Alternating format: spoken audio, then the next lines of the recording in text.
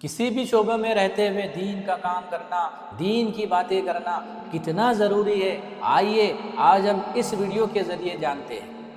ایک مرتبہ اللہ رب العزت نے ایک بستی پر عذاب دینے کا حکم فرمایا۔ فرشتے عذاب دینے گئے، جب انہوں نے وہاں دیکھا تو ایک اللہ کا ایسا بندہ جس نے پلک جھپکنے کے برابر بھی اللہ کی نافرمانی نہیں کی۔ فرشتے اللہ کے پاس آئے اور اللہ سے کہا، یا اللہ اس بستی میں ایک تیرا ایسا بھی بندہ ہے جس نے پلک جھپکنے کے برابر بھی تیری نافرمانی نہیں کی۔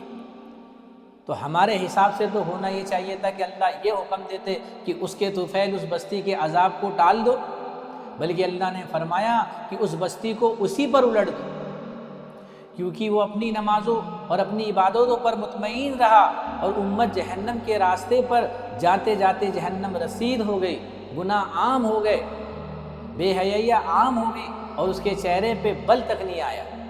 تو دوستو کیا آئی بات ہمارے سمجھ میں؟ ہماری سمجھ میں بات تو یہ آتی ہے کہ ہم جس شعبے میں بھی رہے ہمیں دین کی دعوت دینا ضروری ہے۔ ہم ہماری عبادتوں پر مطمئن نہیں رہ سکتے، ہمیں عبادت کرتے ہوئے ہر شعبے میں دین کے کام کو کرنا ہے، دین کے تذکروں کو زندہ کرنا ہے۔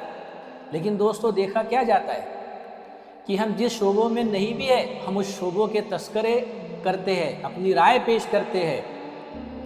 لاکھوں کروڑوں روپے ہمارے جیب میں نہیں ہے لیکن ہم لاکھوں کروڑوں روپے کی باتیں کرتے ہیں، اور ہم دیش میں رہ کے بدوشوں کے تذکرے کرتے ہیں، ہم تب نہیں شرماتے۔ لیکن دوستو جب دین کی بات کرنے کی بات آتی ہے، دین کے تذکروں کی بات آتی ہے تو بھائی ہم شرماتے ہیں۔ اس میں کیسی شرم؟ دوستو ہمارے اللہ تعالیٰ نے ہم کو اس کا ذمہ دیا ہے، نبی کی طفیل اللہ نے امر بالمعروف و نہی عن المنکر کا کام ہم کو دیا ہے کہ لوگوں کو اچھے کاموں کا حکم کرنا اور بری باتوں سے روکنا۔